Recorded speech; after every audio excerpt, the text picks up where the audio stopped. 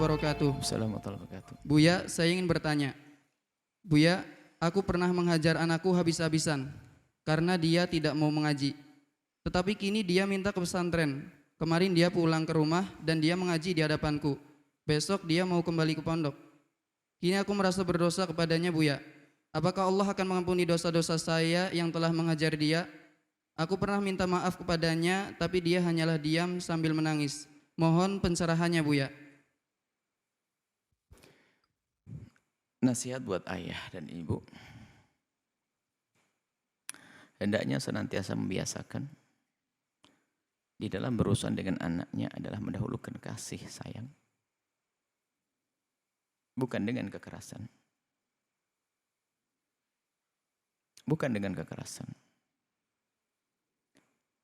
Nabi mengizinkan memukul adalah dalam umur tertentu dengan catatan-catatan yang tertentu.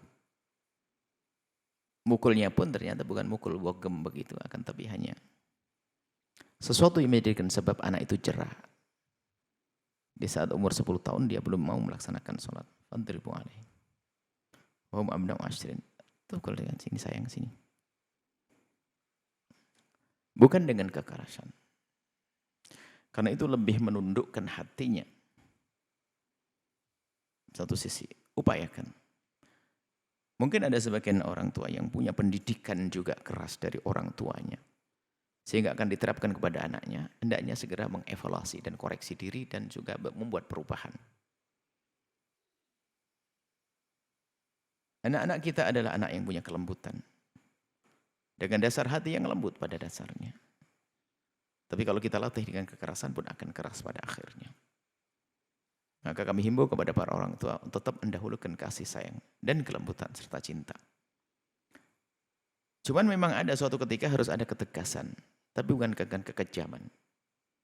Ketegasan bukan kekejaman, tegas. Dan itu harus betul-betul diukur. Yang sekiranya tidak akan membahayakan kepada fisik mereka. Kalau seandainya anak kita harus kita hukum di luar kamar, tidur di luar kamar. Karena dia sangat nakal dan sebagainya. Tapi jangan dibiarkan tidur di luar kamar. Diam-diam sudah kita siapkan kasur, kita lempar begitu sama selimutnya, sama bantalnya. Sudah kita kasih obat nyamuk biar tidak ada nyamuknya. Jangan sampai nanti di situ tersiksa. Kedinginan dan sebagainya. Biarpun nanti tidak kita lepaskan, dia akan nyari sendiri. Misalnya, jika sampai derajat sudah tinggi kenakalannya. Baik, kemudian dari sisi anak, wahai anak, dengar. Jika terkenang-kenang di benakmu tentang kekasaran orang tuamu, yang harus kamu fahami dia adalah orang tuamu.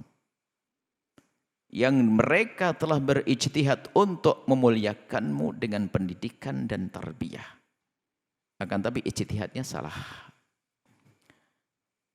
Mungkin memukulmu, berbuat kasar kepadamu, wahai anak, dengar ini. Jangan kau simpan di hatimu karena sesungguhnya ayahmu menghendaki kebaikan kepadamu.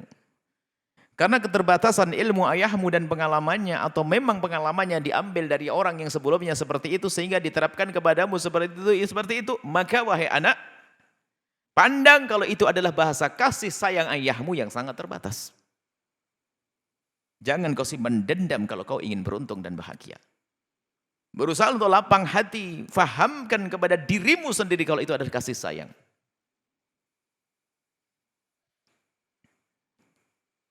Dan tengok nasibmu sendiri-sendiri.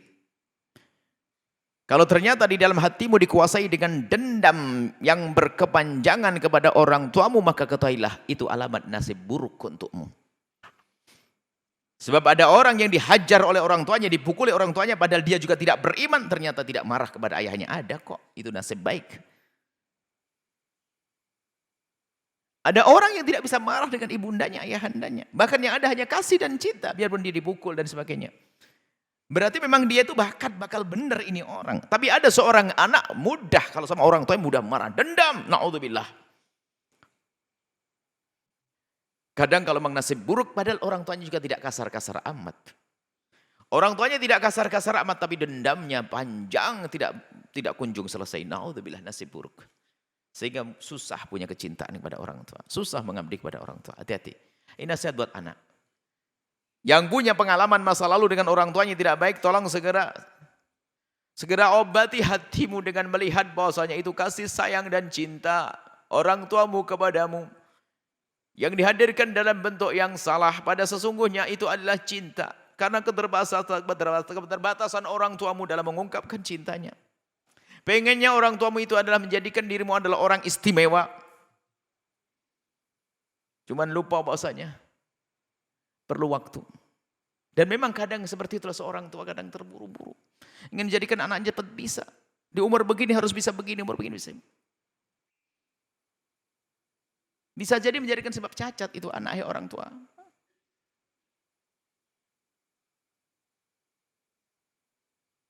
Biarkan ulat dengan kepompongnya. Kemudian akan keluar kupu dengan sendirinya. Jangan Anda tolong nanti. Tidak waktu dibuka sedikit cacat itu kupu. Anak akan berkembang dia punya hak main, dia punya hak senang. Ini memang perlu pendidikan dari dua belah pihak ini. Dari pihak orang tua harus mengerti pendidikan bagaimana dengan anak. Sisi lain ini anak ini, naudzubillah. Kadang jadi bahan mainan syaitan hawa nafsu. Sehingga marah dengan orang, dendam dengan orang, sama orang tuanya. Sama nggak lihat orang tuanya. Sampai suatu ketika orang tuanya minta maaf, ada satu orang tua minta maaf, dia begini. Allah, orang tuanya minta maaf. Dia berpaling tidak mau melihat wajah orang tuanya. Innalillah, mau kemana itu anak? Sementara orang tuanya waktu kasar kepadanya dalam bahasa cinta dan karena orang tuanya tidak berpendidikan seperti dia. Anaknya dikasih pendidikan ternyata kayak begitu. Ayo, mau kemana wahai anak? Tolong. Dan memang harusnya di dua belah pihak ini sama-sama berbenah. Jangan sampai seorang anak menemukan orang tuanya kasar, ternyata kekasaran orang tuanya adalah mukaddimah keterpurukan sang anak karena dia akan menjadi anak yang durhaka, naudzubillah. Tapi sebaliknya ada hamba-hamba yang dipilih oleh Allah, biarpun dia diperlakukan oleh orang tuanya dengan tidak benar, maka ternyata dia masih dengan kasih sayang dan cinta menghadapi orang tuanya. Ada. Pahami dirimu semuanya. Wahai hamba Allah. Jangan sampai mendendam dengan ibu dan ayah. Anggap saja betul orang tua jahat. Tidak niat baik kepadamu. Dia tetap ibundamu. Jangankan kepada ibunda, kepada orang lain pun. Hal jazau. Kepada orang tua. La'afu, memaafkan lapang hati. Apalagi dengan ibunda dan ayahanda kita yang telah Allah jadikan beliau adalah pintu terluas untuk masuk surga. Semoga ini ada satu serasian gayung bersambut seorang ayah yang baik dan lembut hati bertemu dengan anak yang Masya Allah juga ngerti makna kasih sayang dan berterima kasih sehingga hidup indah. Semuanya perlu berusaha. Sengaja kami hadirkan dari dua sisi, nggak boleh sepihak.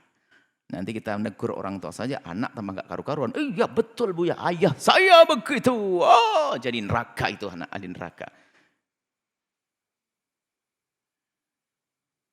Semoga selamat semuanya ahli surga semuanya. Orang tua ahli surga dan anak ahli surga penuh kasih dan cinta, penuh kebahagiaan. Wallahu a'lam bishawab. Sahabat Al-Bahjah TV, setelah menyaksikan video ini, jangan lupa bersolawat kepada baginda Nabi Muhammad. Shollu ala Nabi Muhammad. Allahumma sholli alaihi wa ala alihi wa sahbihi.